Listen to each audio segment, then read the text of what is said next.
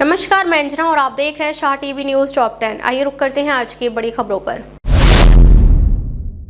Nagpur BJP में घमासान, CM Fadnavis के करीबी संदीप जोशी ने लिया राजनीति से संन्यास। नागपुर के बीजेपी नेता संदीप जोशी ने राजनीति से संन्यास लेने की घोषणा कर दी है। बताया जा रहा है कि वह निकाय चुनाव के दौरान समर्थकों को टिकट नहीं मिलने से नाराज हैं। उन्होंने सोशल मीडिया पर अपने गुस्से का इजहार भी किया। टेबल कुर्सी से भगवा, पहली बार एआईएमआईएम को ऑफिस, 20 साल बाद बीएमसी में बदलाव की बयान। बीएमसी ने पिछले लगभग 2 दशकों से उद्धव ठाकरे की शिवसेना का राज था। पहली बार बीजेपी यहां सबसे बड़ी पार्टी बनकर उभरी है। बीएमसी में नए मेयर के स्वागत की तैयारियां शुरू हो गई हैं। टेबल से लेकर चेयर तक भगवा नजर आ रही है।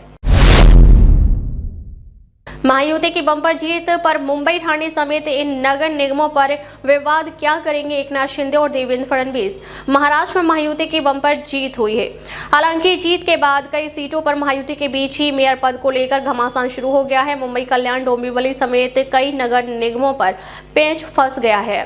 शिंदे जहां शिवसेना से मेयर चाहते हैं, वहीं बीजेपी अपना मेयर बनाना चाहती है। छत्रपति शिवाजी टर्मिनस में मार्च तक दोगुनी होगी 15 डिब्बों की लोकल सर्विस। प्लेटफॉर्म 6 का एक्सटेंशन होगा पूरा। छत्रपति शिवाजी महाराज टर्मिनस यानी CSMT पर यात्रियों के लिए बड़ी राहत की खबर है। मार्च 2026 तक प्लेटफॉर्म नंबर 6 के एक्सटेंशन का काम पूरा हो जाएगा, जिसके बाद यहां से भी 15 डिब्बों की लोकल ट्रेनें संचालित होने लगेंगी। फिलहाल CSMT के प्लेटफॉर्म नंबर 7 से ही 15 डिब्बों की लोकल चलाई जाती है।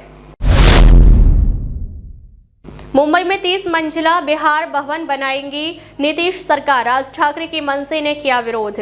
मुंबई में MMR रीजन में दूसरे राज्यों के भवन हैं और अब बिहार सरकार भी मुंबई में 30 मंजिला बिहार भवन बनाने का निर्णय लिया है, जिसका सियासी विरोध भी मनसे की ओर से शुरू हो गया है। उनका कहना है कि बिहार भवन मुंबई में नहीं बनने देंगे। ठाणे में मेयर पद पर सियासत, बीजेपी ने रखा 2.5 साल का फॉर्मूला।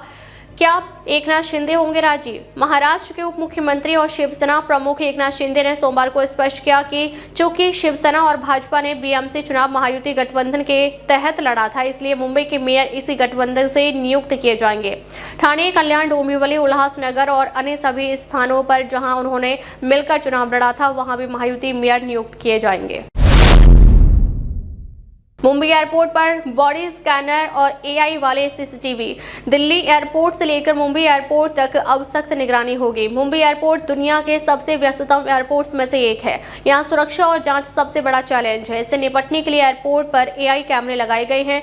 इसके अलावा बॉडी स्कैनर भी ऐसे है कि नजरों से कुछ नहीं बच पाएगा।